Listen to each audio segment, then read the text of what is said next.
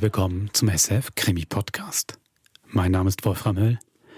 Bei mir ist eine Frau, die ganz wie ein Kind, das immer noch ein Haus weiterziehen möchte, immer noch mehr klingeln möchte, noch mehr Süßigkeiten bekommen möchte, noch mehr Schokolade für den Sack, für die Taschen, für die Backen.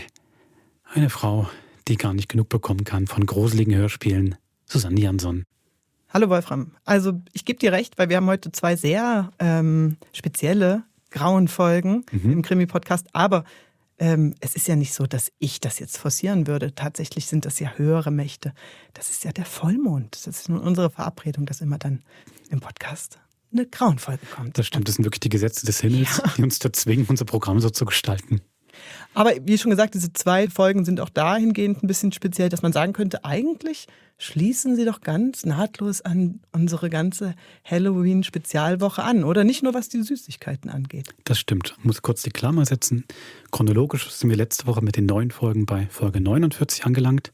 Hier machen wir einen Sprung zurück in die Zeit zu Folge 25 und 26. Aber ich gebe dir total recht, die sind sehr in dem Halloween-Geist. Also die erste Folge Zirkustricks spielt in einem Zirkus mit dem ganzen Kuriositätenkabinett, das da auf einen erwartet, mit Leuten, die sich auf unmöglichste Art verbiegen können, wo ganz verschiedene Sachen auch hinter den verschiedenen Masken stecken. Und die zweite Folge Totentanz spielt in der Basler Fasnacht. Und das natürlich was sich alles unter diesen Larven verbirgt, spät in der Nacht. Manchmal ist unter der Maske noch ein viel schlimmeres Gesicht, als sie von vorne schon zeigt. Weiß man eben nicht. Eben. Und da finde ich, ist mir wirklich wunderbar drin in diesem Karneval der Obskuritäten und schrecklichen Dingen. Fangen wir doch an mit Folge 25 von Grauen, Zirkustricks. Viel Spaß.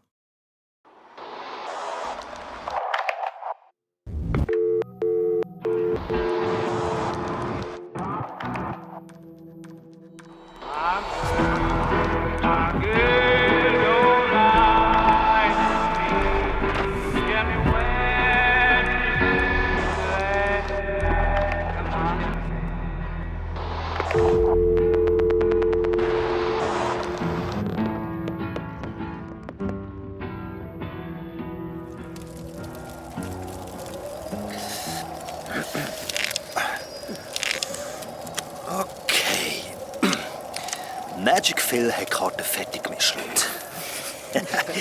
Ziehen Sie jetzt bitte eine aus dem dargebotenen Fächer, verehrte Dame. Das sind Tarotkarten. Nimmt man nicht die normalen Jazzkarten für so Tricks? Hey, das ist doch gleich, mir gefallen die. Also los, Zoe. Zieh eine Karte. Okay, Magic Phil. Und jetzt? Jetzt stecken Sie sie wieder irgendwo in den Stapel zurück. Okay, so. Genau. Abracadabra, Simsalafel. Hey, pass auf! Scheiße, nein! Nein, nicht ins Feuer! Scheiße! Oh, Phil, ey, kannst du zuerst üben? Unterbrich den legendären Magic Phil. Zoe, ist das deine Karte? Zeig mal. Ja. Ah, nein, sorry. Tragic Phil. Leider gar nicht. Scheiße, verdammt. Zoe hat die Karte totgezogen. Hä? Ja, Was? stimmt. Wieso weißt jetzt du das? Von dort hast du doch gar nicht sehen. Gut geraten, Besim. Was? Ja, komm, sag schon, wie hast du das gemacht? Also, ich kann ein bisschen zaubern. Okay, Geheimnis gelüftet. Danke, Besim, für die ausführliche Erklärung zu dem Magic Move. Komm, erzähl jetzt, Houdini. Ja, komm, Besim, erzähl. Ja, also. Ihr wisst doch noch, wie ich durch den Balkan gereist bin. Die ihre Story mit dem Geisterfahrer. Genau. Und dort, wo du auf dieser Yacht geschafft hast. Stimmt. Ja, genau. Hey, wie lange bist du eigentlich dort unterwegs gewesen? Bist du überhaupt jemals zurückgekommen? Aha. Das ist eine Geschichte für ein anderes Mal, okay?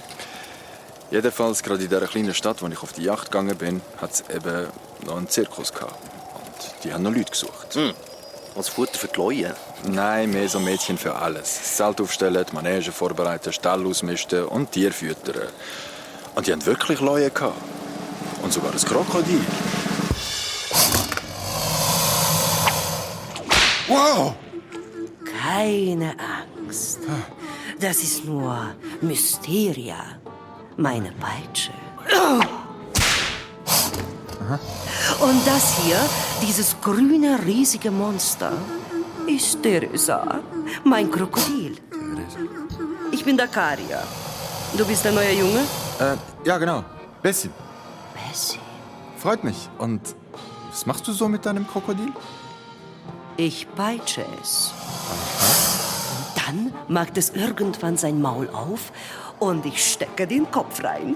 Oi, krass. Ja, das finden Leute auch.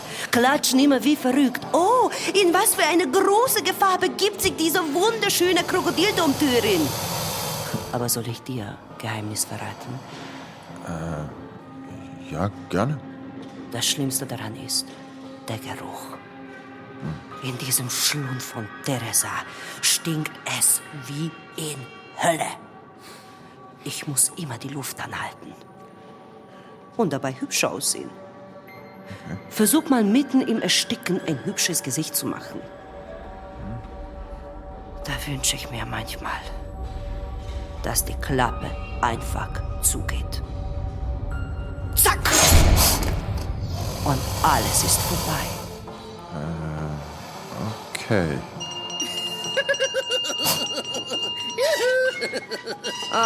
Das ist Nelu. Unser Clown, der lacht sehr gern und sehr laut über seine eigenen Witze. Hallo, freut mich. Ich bin Bessim. Hallo, Besim. Ja, Wicke, Wicke.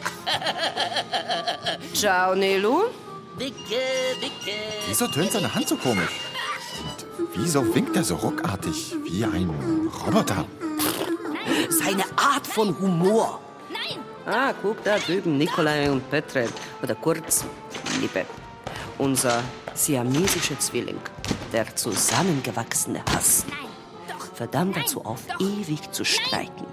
Gott muss an Zirkus gedacht haben, als er sie erschaffen hat. Warum glotzt du so? Genau, warum glotzt du so? Hallo zusammen. Die beiden sind verrückt. Aber das Publikum liebt sie. Fast so sehr, wie es den großen Vasili liebt. Das tönt nach Zauberer. Ja, das ist er. Nur leider ist er weg. Weg? In einer stürmischen Nacht vor 4 Wochen. Geblitzt und gedonnert hat es. Niemand weiß, wo Vasili ist. Sein Wohnwagen steht noch da drüben. Alle seine Sachen sind noch da. Aber er, puff, verschwunden. Wie von Zauberhand verschwunden. Also, findest du das lustig? Ich dachte nur, verschwunden. Wie von Zauberhand. Das ist...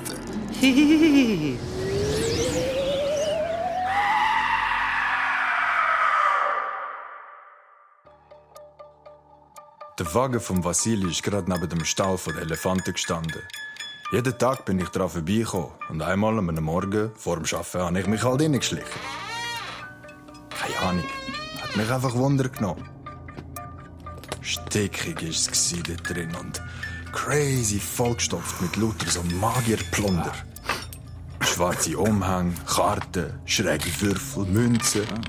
Sogar die Holzkiste für den Trick mit der zersackten Jungfrau. Hinaus sind so Plastikfüße gehangen mit roten Zechennägeln. Und nebendran Sagi mit Kunstblut dran. So ein Schaltpult mit Knöpfen. Und überall so Zettel am Boden verteilt, die mit so einer Kribbelschrift Sachen drauf gekritzelt waren. Ich bin kurz aufs Bett gesessen zum Lesen. Au! Ah! Pass doch auf! Fuck, was machst du denn hier? Es war der Nelu, der Clown. Ich schlafe hier? In Vasilis Wagen? Ich vermisse Vasili. Wir waren beste Freunde. Er war der größte Zaubermeister, den ich je gesehen habe. Und ich hätte noch so viel von ihm lernen können. Bist du nicht der Clown? Ja, aber wer sagt, dass ein Clown nicht auch zaubern kann? Ja, klar, stimmt. Entschuldige. Was hast du da unter der Decke? Oh, Ist das... Igitt, ist das eine tote Taube? Ja, tada! Aus Vasilis berühmter Nummer. Die verschwundene Taube. Und wieso fehlt dir die rechte Kralle, hä? Oder, das ist eine gute Frage.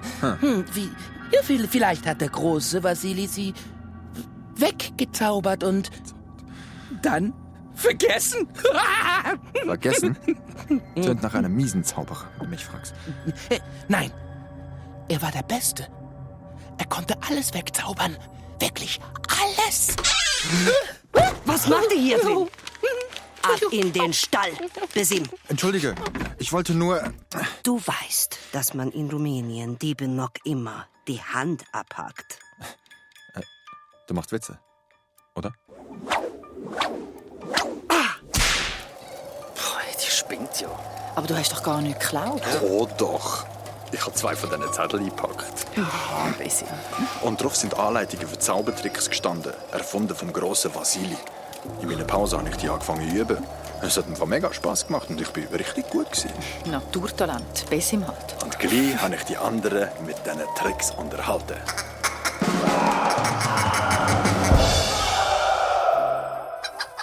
Okay, ich zeige euch jetzt den Zaubertrick. Ich will. Nein, ich. Nicola, Finger weg. Du bist später ich mach's dran. mit dir. Petre, einfach gucken, okay? Gut, also, wähle einer dieser Karten. Und jetzt leg sie bitte in diesen Hut. Es waren vor allem so Geschicklichkeitstricks. Man muss sehr schnell sein mit der Hand. Und du hast die Herzdame. Genau. Hey, du bist noch unser neuer Wassili. Ja, Hallöchen. unser neuer Wassili. Was? Oh, Besim. Unser neuer Wassili? Von da an ist der Nello immer häufiger zu mir in den Wagen gekommen, als wollte, dass ich ihm die Tricks vorführe. Ganz band hat er auf meine Hand geschaut. Er hat gefragt, ob ich ihm die Tricks beibringen kann. Aber, sagen wir es mal so, er war sicherlich nicht der neue Wassili gewesen.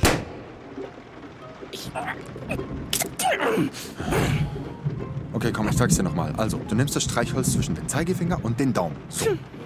Gut. Dann schnippst du mit der linken Hand. Und zack, ist es verschwunden. Und beim zweiten Schnipp kannst du es wieder auftauchen lassen. Entweder wieder in deiner Hand oder, schwieriger, in einem ganz anderen Ort. Locker. Verdammt! Das funktioniert nicht. Du musst deine Hand ganz locker lassen. Die Finger nicht so versteifen, Nelu. Meine Hand ist aber steif. Okay, dann machen wir zuerst noch eine kleine Lockerungsübung. Komm, schüttel deine Hand mal so richtig kräftig durch und dann lass sie einfach hängen, als würde sie tot vom Handgelenk runterhängen. Spanne keinen Muskel an. So? Genau so. Krass. Du kannst sie ja voll entspannen. Sie soll doch runterhängen, oder? Wie tot. Ja, aber deine Hand, sie sieht irgendwie so ungesund aus. So bläulich. Ja, ich habe mich nur ein bisschen verletzt. Meine Hand statt die Jungfrau angesägt. Oh. Was täte ich nur für deine flinken Hände?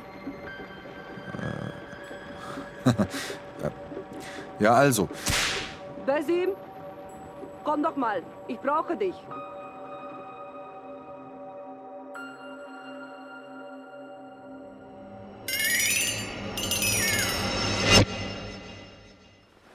Ich brauche ein Übungsobjekt für meine neue Nummer. Meine Idee, Theresa an die Drehscheibe ketten und mit Messern bewerfen. Du willst dein Krokodil an eine Drehscheibe ketten? Ja, genau. Ist zugegeben der schwierigste Teil des Ganzen. Aber Nelu wird mir dabei helfen. Der kann super fesseln. Der kann super fesseln. Und dich brauche ich fürs Messertraining. Ich soll die Rolle von Theresa übernehmen? Ja, keine Sorge. Ich habe die Kunst von meinem Vater gelernt. Er war der beste Messerwerfer von ganz Rumänien. Er hat es mir beigebracht, als ich noch ein kleines Mädchen war. Also, ich weiß nicht, Arcadia. Bist du ein kleiner Feigling? Sicher nicht, aber Denkst du, ich würde dich in Gefahr bringen? Ich bin in der Manege geboren. Meine Mutter lag in den Wehen, als sie an den Drehscheibe hing. Mein Vater schoss mit Messer zwischen ihre Beine.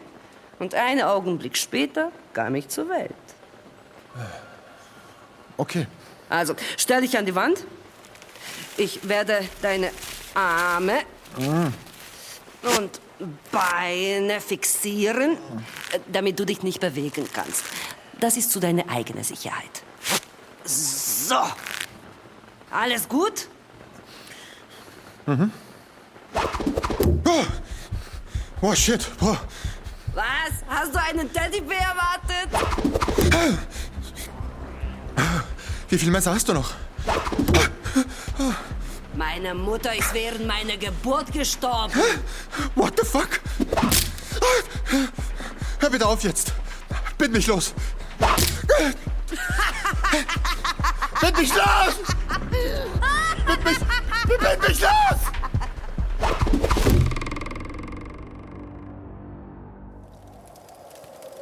Hat sie dich verletzt? Zwischen deinen Beinen. Nein, Phil. Nein. Nur in meinem Stolz. Oh. Wieso hast du dich überhaupt anketten lassen? Ja. Ich wollte halt dazugehören, zu der zauberhaften Welt vom Zirkus. Und nun, meine hochgeschätzten Zirkusfreunde, begrüßt mit mir unseren lustigen Clown Nello. Verehrtes Publikum, ich freue mich so, dass ihr alle da seid. Mama, was hat der Clown für eine eklige Hand? Die ist ekelhaft. Das ist unhöflich. Ja, das ist unhöflich. Weißt du, was höflich ist? Mir die Hand zu schütteln. Na, du kleiner Fratz. Nein, ich will nicht. Nein, nur ein Spaß. Willst du lieber einen Zaubertrick sehen? Ja? Mama. Was ist wohl in diesem Hut drin? Abra, Kadabra. Wie schön. Eine weiße Taube. Der große Nelo kann diese Taube verschwinden lassen. Seht ihr dieses Tuch? Hier. Ich lege es über die Taube. Und 1, 2, 3. Und die Taube ist weg. Mama, der kann ja gar nicht zaubern. Oh, mein Täubchen. Du bist ja immer noch da. Na dann versuchen wir es nochmals. Warum willst du nicht, du krüppiges Ding? 1, 2, 3 und die Taube ist... Blöder Scheißvogel, verschwinde endlich. Ich mach dir die kleine... Mama, ist die Taube tot? Oh, nein. Aber nicht doch, meine Kleine. Die schläft bloß. Es ist ein Zaubertrick.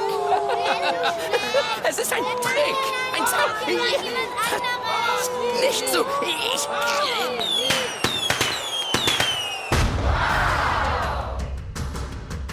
Verehrtes Publikum, ich bin der große Bessie. Nelo hat nur einen Spaß gemacht. Er ist halt ein Clown, oder? Was? Schaut her. Jetzt lassen wir Nelo und die Taube verschwinden. Was machst denn du da? Vertrau mir. Nein, ich... Verehrtes Publikum, sehen Sie hierher. Das ist der Umhang des großen Bessims. Nelo nimmt die schlafende Taube in die Hände. Ich will nicht. Mach jetzt einfach. Und jetzt werfe ich meinen magischen Umhang über die beiden. 1, 2, 3. Und? Was ist unter dem Tuch? Mama hat den bösen Clown weggezaubert.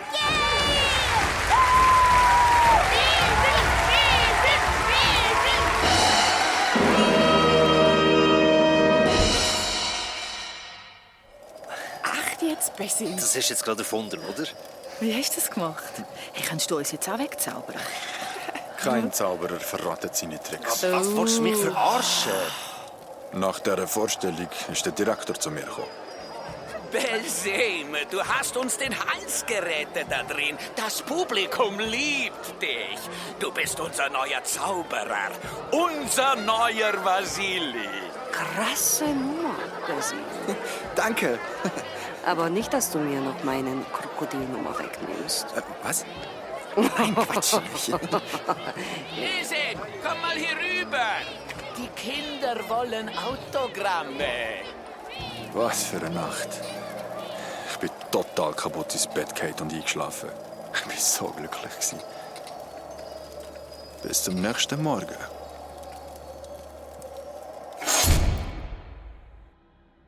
Was ist das da? Wo bin ich? Wieso bin ich gefesselt? Fuck! Dakaria! Nicht schon wieder! Fuck! Und Licht an! Hilfe! Hilfe! Das Shit, das blendet brutal. Dakaria! Dakaria! Willkommen, mein Freund, zu Nelos lustiger Zaubershow. Nelo? Nelo, was machst du da? Na, psst, Besim, das ist allein meine Show. Du bist so unhöflich, so wie gestern. Was soll das, Nelo? Bind mich los. Du bist mein Publikum. Schaust zu, lachst und klatschst an den richtigen Stellen.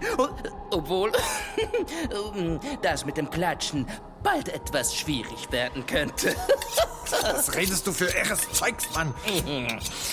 Meine große Nummer hast du kaputt gemacht. Was? Mit deinen flinken, schönen Händen. Hast mir alles genommen. Hey, was soll das? Was sind das? Sind das Messer?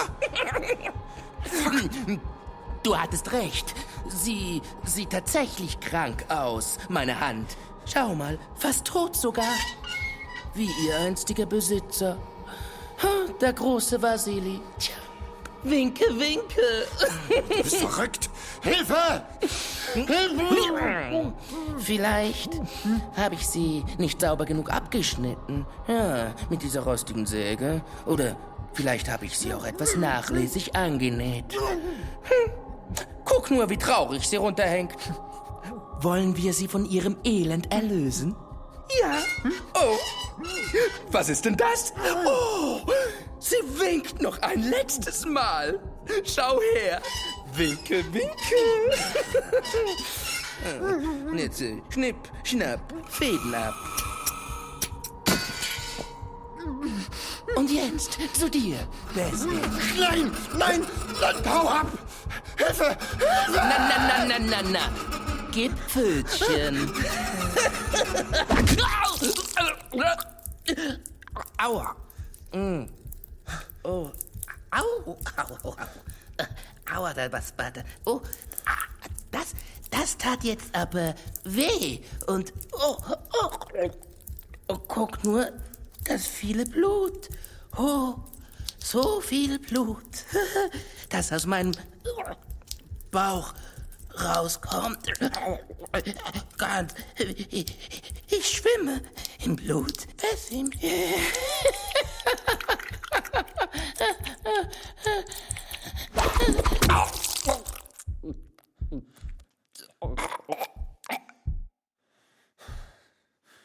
Dakaria! Fuck! Sein Lachen hat mich schon lange genervt. Winke, winke.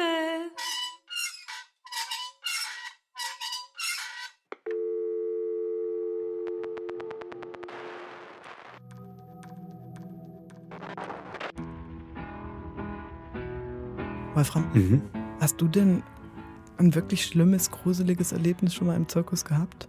Also letztes Jahr ist ja, glaube ich, eine Artistin zu Tode gekommen vor versammeltem Publikum. Sowas meine ich jetzt nicht, aber irgendwie, dass du doch mal bei den Kamelen vorbeigeschlichen bist oder dass dich eine Wahrsagerin in ihren Bungalow ziehen wollte? Nein. Aber eben, es gibt schon so ein, ist lustig, es gibt ja trotzdem so Bilder, auch wenn man die in der Realität gar nicht so sieht, von so einem skurrilen Zirkus, genau mit wirklich nochmal Kuriositätenkabinett 19. Jahrhundert. Ja. So die Bilder gibt es natürlich schon, damit arbeitet ja Anna Rothenfloh, die Autorin, hier auch sehr geschickt, finde ich. finde ich auch. Das ist wirklich das, was sie ja eigentlich zitieren will mit dem Alligator und dem Maul und den siamesischen Zwillingen. Das viel mehr als die Schlangenfrau oder die grazile Trapezkünstlerin. Weißt du, was ich wirklich beängstigend finde nach wie vor im Zirkus, auch im 21. Jahrhundert? Das ist die Tribüne, wenn du dort Platz nimmst, dass die meistens sehr durchlässig ist nach unten. Also wo man schon öfter mal denkt, da könnte jetzt so ein zweijähriges Kind auch durchrutschen. Ja. Also da liegen ja auch diverse Telefone Nein. und nein, aber das macht immer so ein bisschen klar bleibt dadurch so porös und du siehst, das ist nur temporär, wie es aufgebaut ist, macht ja auch was aus, ja, dass du auch Materialien hast, die du sonst in so einer Festhalle ja nicht hast, von Sägespänen angefangen, eben über so Holz- und Stahltribünen, aber diese Durchlässigkeit nach unten, die gibt mir immer ein bisschen den Zitter. Das ist doch spannend. Bei den grauen Folgen hast du dich ja einmal gewundert, was ich für Vorstellungen habe, wenn ich über eine Hängebrücke laufe. Und hier kommt jetzt ein kleiner eigener Spleen, wenn du auf einer Tribüne sitzt im Zirkus. Mit dem Unterschied, du musst es nochmal nachhören, dass du überlegst, dich von dieser Hängebrücke hinabzustürzen und ich genau das Gegenteil eigentlich tun möchte. Mich klammern, aber ich weiß, was du meinst. Ja. Wenn die Fantasie mit einem durchgeht, ne? Ja, das ist auch gerade ein schönes Stichwort für die nächste Folge. Grauen, die wir gleich hören. Steffi geht nach langen Jahren wieder an die Basler Fasnacht. Und diese besondere Stimmung, die es da gibt, wirklich auch mitten in der Nacht, mit der Musik der Basler Altstadt, mit den Larven, mit den ganzen Menschen, die, ja, macht das Besonderes mit ihr, wo wie immer bei Grauen noch nicht ganz klar ist, was ist Vorstellung und was Realität. Für alle, die noch nie bei der Basler Fasnacht waren, für alle Schweizer ZuhörerInnen erübrigt sich das, bin ich mir sicher. Aber für alle, die sonst eben noch nie Berührung hatten, nehmt euch kurz die Minute Zeit, googelt das mal, wie diese Masken, diese Waggis, die die Basler Fasnacht dominieren, aussehen. Ich glaube, das hilft noch ein bisschen, um sich das bei der Geschichte, den Schrecken, Fragezeichen Horror, noch ein bisschen mehr visualisieren zu können. Das stimmt. Viel Vergnügen bei Totentanz, der 26. Folge von Grauen. Viel Spaß.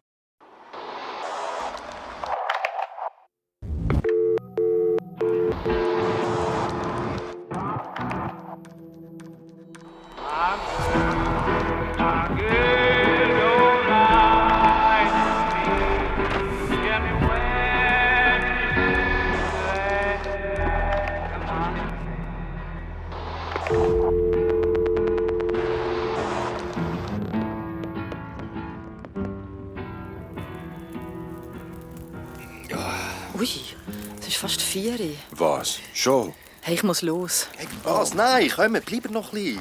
Ist doch gerade voll gemütlich. Du bist doch der, der sonst immer spätestens am 1 muss zu Hause sein. Ja, sonst musst du auf dem Sofa schlafen. Ja, aber heute nicht. Melanie ist mit den Kindern in Basel am Morgenstreich.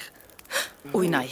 Stimmt, jetzt ist es gerade 4 Uhr, dann fängt es doch einmal an. Ja, stimmt. Warte mal, sie bringen den Start doch einmal zum Radio. Da. Spalenberg und es ist jetzt in jedem Moment so weit, die Lichter gehen ab. Die Leute sind wirklich voller Vorfreude, dass es jetzt dann losgeht und im Moment sind es jetzt dann wirklich nur noch gerade wenige Sekunden. 3, 2, 1. Hey, schalt das sofort aus. Was? Schläft es dir? Gib mir das zurück. Oh, die Scheißtrommel. Steffi, alles gut bei dir? Fasnacht nicht so dies. Hey, ich hasse Fasnacht. Okay. Ja. Ich war eben etwa 7, als ich zum ersten Mal zu meiner Tante Isa auf Basel bin. Fasnacht. Ich habe es so voll cool gefunden. Wackis, Guckenmusik.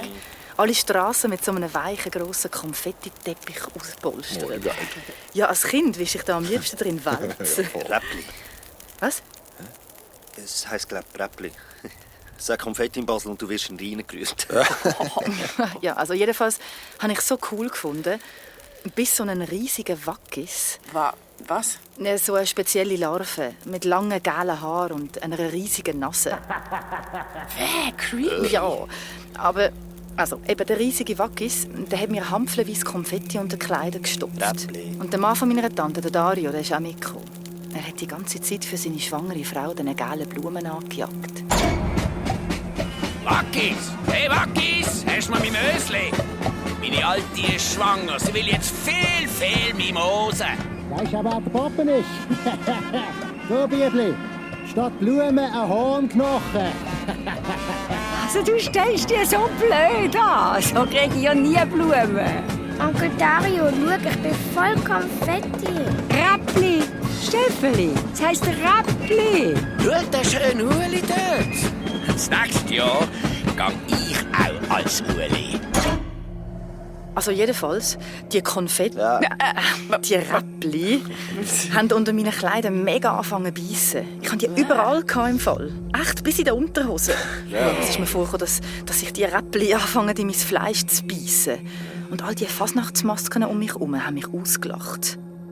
Ich bin mega verschrocken. Auf dem Leiterwagen eine andere Figur, die alte Tante. So ein violettes, wunderschönes Kostüm. Und in der Hand mega viel Mimösli. Und ich weiss noch, wie sie sich zu mir runtergebeugt hat. Und ich habe gedacht, jetzt komme ich die Blumen über. Und ich habe sie auch bekommen. So ein wunderschönes Mimösli. Und es hat so fein geschmeckt. Schau, Onkel Dario, ich habe eins bekommen, nicht die Isa. Und gerade in dem Moment kippt die Larve, die alte Tante, plötzlich vor meine Füße. Und sie platzt am Bauch auf. Und in ihren Dingen sind alles nur Konfetti. Eine Puppe. Und auf einmal hatte ich das Gefühl, dass alle kostümierten Fasnächtler in dieser Stadt nur so Konfetti gefüllte Zombies sind. Oh, mega unheimlich. Und das war im Fall nicht alles. Als ich mich umdrehe, liegt Isa am Boden. Ihre Hose ist ganz nass und sie ist mega aufgeregt. Tante Isa! Viel zu früh! Mein Gott, das ist viel zu früh! Mein Onkel hat die Ambulanz angerufen. Steffi, steig jetzt ein! Rein mit dir, in den Krankenwagen! Wir sind ins Spital. Und ich habe im Wartezimmer gewartet, mit meinem Mimösli auf dem Schoß. Und der Onkel Dario ist rumgetigert die ganze Zeit. Und dann ist er auf einmal völlig ausgerastet. Steffi, du hast eine Mimose. Warum hast du sie nicht der Isa gegeben? Was? Aber... Wenn mein Kind stirbt, dann ist das deine Schuld. Ey, wie abgefuckt ist das denn? Das kannst du doch zu einem 7-jährigen Mädchen nicht sagen. Ja, vor allem, du hast gar nicht dafür können. Ja, ich weiss. Zum Glück ist dann alles gut gekommen mit ihrem Kind, mit dem Matteo. Er war klein und schwach und musste ganz lange im Spital bleiben, aber er hat überlebt. Oh. Ja, nach dieser Geschichte bin ich nie mehr bei ihnen. Meine Mama hat immer wieder mal gefragt, ob ich nicht Lust hätte, zur Tante Isa zu gehen. Ich habe immer Nein gesagt.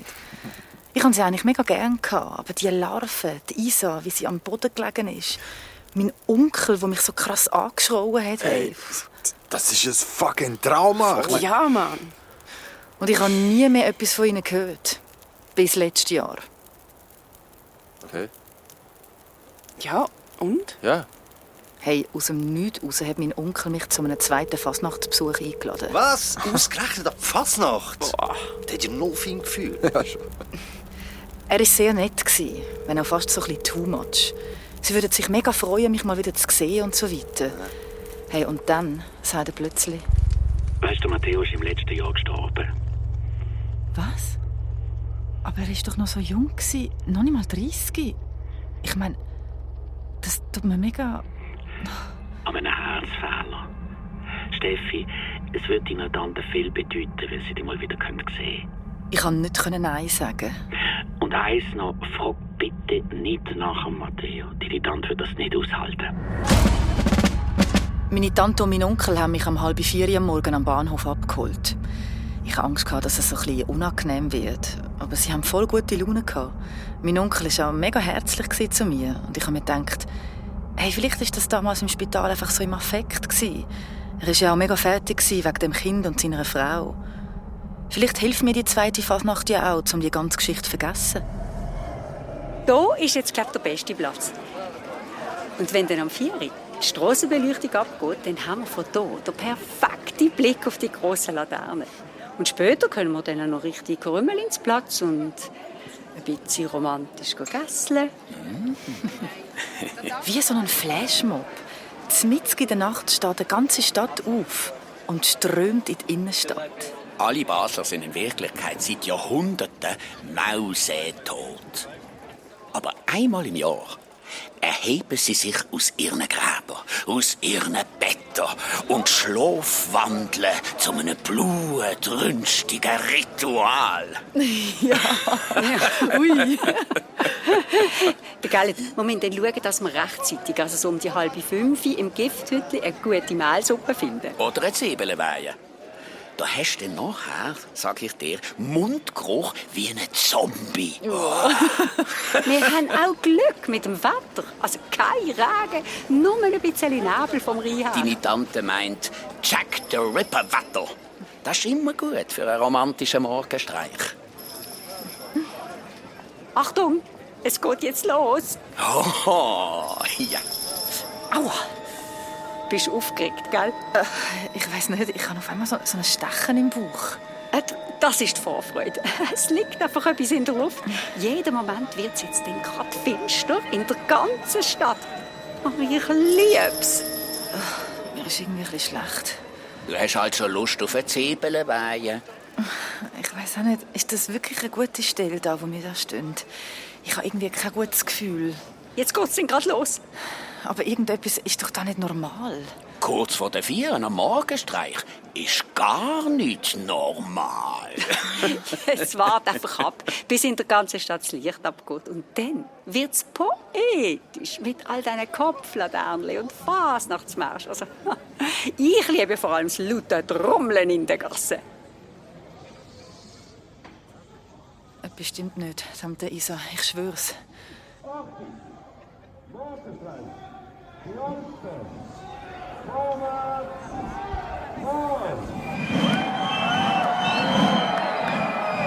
Isa? Isa, es ist dunkel. Genau so muss es sein, Steffi. Dunkel. Aber ich sehe gar nicht mehr. Wo sind die Laternen? Wo sind die Trommler und Pfeifen? Wo ist denn das alles an? Isa? Isa? Isa? Kalte Nachtluft ist von unten in meine Hosenbeine. So eine Totenkälte auf den Pflasterstein, von unten aufgestiegen. Und ich drehe mich so um und... Fuck, wer ist das? Meine Tante hinter mir. In einem violetten, riesigen Kostümrock, aber ohne Larven. Und sie trommelt und schaut mich dabei panisch an, völlig irr, als wäre der Teufel hinter ihr her. Tante Isa, was ist? Hör auf trommeln, bitte. Wo sind wir denn da? Wo sind alle anderen? Er ist da, Steffi. Wenn ich dort trommle, nimmt er mein Herz. Was? Aber wer? Wer ist da, Tante Isa? Hör auf trommeln! Nicht aufhören, Isa! Nicht aufhören, Isa! Du musst halten! Deine Finger! Schau doch deine Hände! Sie blüten ja schon! Wenn ich aufhöre, ist alles verloren. Er ist der Tod! Und dann ist das Trommelfell von ihrer Trommel kaputt gegangen. Gerissen. Und es war totenstill. Hörst du das, Steffi? Was? Was? Tante Isa, ich höre nichts. Du, Ueli! Er ist da! Was? Ich sehe niemanden. Hast du ein Messer?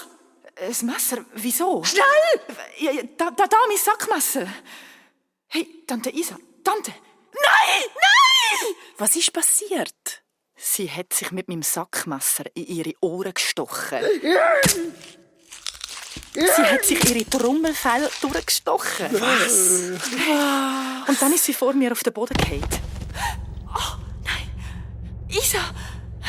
Oh nein! Hilfe! Onkel Dario! Hilfe! Aber niemand hat geantwortet. Oh nein!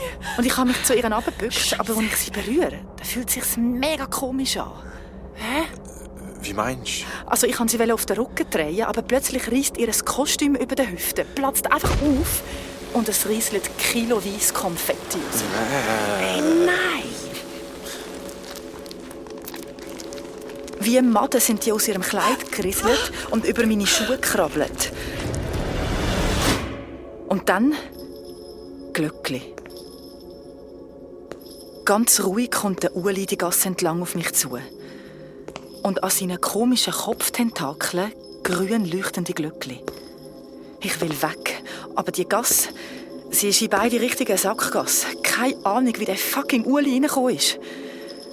Und jetzt fährt er an, auf seiner Trommel. Mit einem Arm nur. Tack, tack, tack. Wie ein Herzschlag. Spürst jeden Schlag bis in die Herz. Die Herz verschmilzt mit meinem Schlag. Und wenn ich aufhöre trommeln, Steffi, du weißt, was denn passiert? Woher weißt du meinen Namen? Wenn ich aufhöre trommeln, hört ein die Herz auf.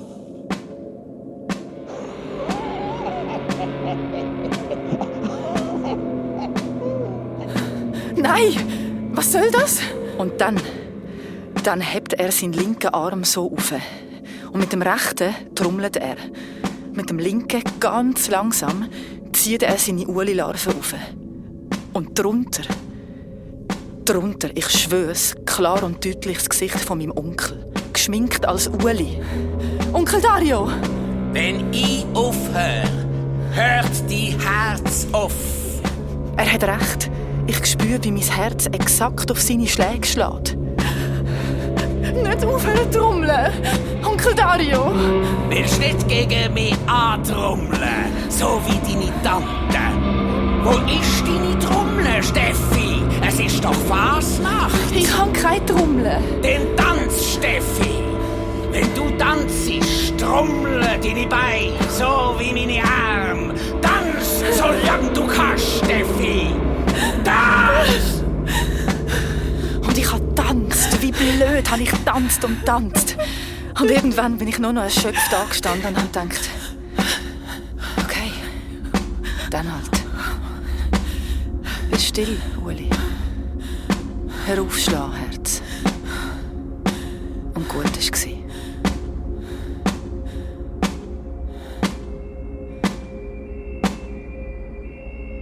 Hast mir ein Mimösli, Steffi?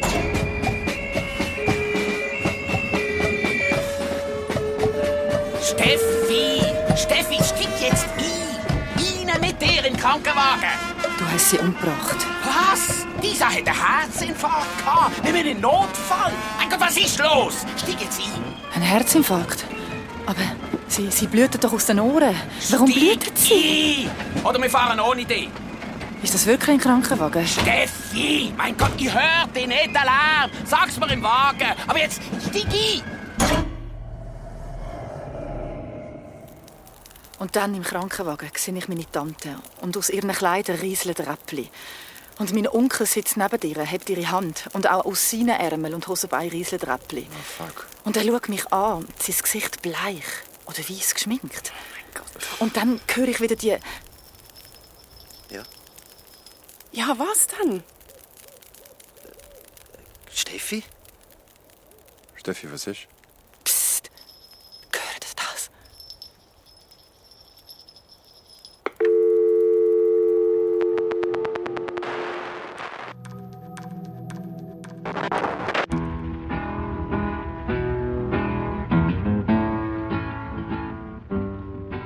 Susanne. Wolfram. Du als zugezogene Baslerin warst ja sicherlich schon beim Morgenstreich bei der Fastnacht. Entspricht die Folge der Realität? Also, das, was... es ist, glaube ich, wirklich ein Unterschied, den Morgenstreich mitzumachen oder nachts die Fastnacht zu erleben, als jetzt, wenn man tagsüber, nachmittags halt 2 an der mittleren Brücke steht, wo dann die großen Umzüge sind und wo die Mimosen in Massen fliegen und die Süßigkeiten. Und es ist ein großer Unterschied, ob du das machst oder ob du wirklich nachts, morgens 5:30 oder nachts 1:30 an besagten Rümelinsplatz und dort durch die kleinen Gassen an dem plätschernden Springbrunnen vorbeigehst und dann kommen auf einmal dir 3 Flöter entgegen in Maske und die ziehen einfach an dir vorbei. Das hat schon magische Momente. Beängstigend weiß ich nicht, weil die Stadt ist ja trotzdem voll. Also ich meine, das ist das Highlight für Basel. Die 3 schönsten Tage sind das und so fühlt man sich da eigentlich immer ganz gut eingewoben. Aber ich verstehe die Elemente, die der Lukas Holliger hier genommen hat, so wahnsinnig gut. Es ist halt wie komponiert wie ein Albtraum. Es ist ja jetzt gar nicht so. Statt Realität eher Albtraum. Finde ich schon, ne? Es ist ja jetzt nicht so, dass du konkret, das hätte man ja auch machen können, dass du verfolgt wirst durch die Menschenmenge von jemandem, der sich hinter einer Maske verbirgt. Aber das sind ja hier eine Kombination von Elementen, Kindheitstraumata, also wo man auch nicht genau weiß, was es da eigentlich erinnert und was ist einfach nur dazu erfunden. Und dann solche Sachen wie mit dem Herzschlag, also dass diese Musik, die ja wirklich dann auch laut ist in der Stadt, obwohl es so viele verschiedene Quellen eigentlich gibt, weil eigentlich entweder spielen die Klicken, jeder macht sein eigenes Ding und es kommt von rechts und links was, oder wenn diese großen Gucke-Musiken da kommen, klar, das kann schon das beschwingt einen ja auch zum Tanzen. Das kann ich als Motiv gut verstehen. Fand das auch sehr eindrücklich, dass der Herzschlag so bestimmt wird. Oder dass die Maske aufplatzt oder dieser Körper vor dir und da kommt nur Repli, nur Konfetti raus. Finde ich auch eher ein Albtraummotiv, ein Standing for something als ein reales Erlebnis. Und das finde ich dann aber so ganz spannend, weil es ist ja schwer, einen Albtraum zu erzählen, oder? Ich weiß nicht, hast du viele Albträume? Ja, auch vieles schwer gesagt, aber ab und zu mal wieder. Ja, doch. Ich habe aber gemerkt, ich versuche sie eigentlich immer zu erzählen, weil mir es meistens besser geht, wenn ich sie erzähle. Okay. Wenn man es nochmal benennt, ist gar nicht so einfach. Aber schreibst du sie auf nein, oder du erzählst sie? Ich versuche sie eigentlich immer gerade zu erzählen. Umgekehrt kenne ich es ja auch von den Kindern, dass sie dann gar nicht unbedingt erzählen wollen. Sie wollen es oft nicht erzählen. Vielleicht haben sie Angst, wenn es nochmal erzählt ist, dann wie real wird. Und ich merke ja, wenn ich meine Albträume erzähle, dann werden sie eher ein bisschen kleiner. Und ich komme raus aus dem Albtraum. Na gut, ich meine, du bist nur ein Mann der Worte und der Bilder, aber findest du es, ich finde es sehr schwer, quasi das Gefühl über den Weg der Zunge nehmend wirklich transportieren zu können. Weil es oft ja Gefühle sind vor allem, ja. Ja, dass man das in seiner Ganzheit, was man da gefühlt, erlebt hat, gar nicht so erzählen kann. Und das macht Lukas jetzt hier für mich eigentlich. Er schafft es, einen Albtraum zu verschriftlichen oder hier in Szene zu bringen, was ja sonst so einfach nicht gelingt beim Erzählen. Ja. Das stimmt. Ich habe trotzdem Bock, wieder auf die Fastnacht zu gehen. Jetzt nach dem Hören. Ich kann es jedem empfehlen. Das ist doch gut. Wieder Bock auf Fastnacht, wieder Bock auf Halloween nächstes Jahr. Wieder Bock auf Krimi habe ich auch. Und den Wunsch können wir wirklich ganz schnell erfüllen. Schon morgen gibt es hier wieder einen waschechten, richtigen Krimi im Krimi-Podcast. Genau. Bis zum nächsten Mod. Macht's gut.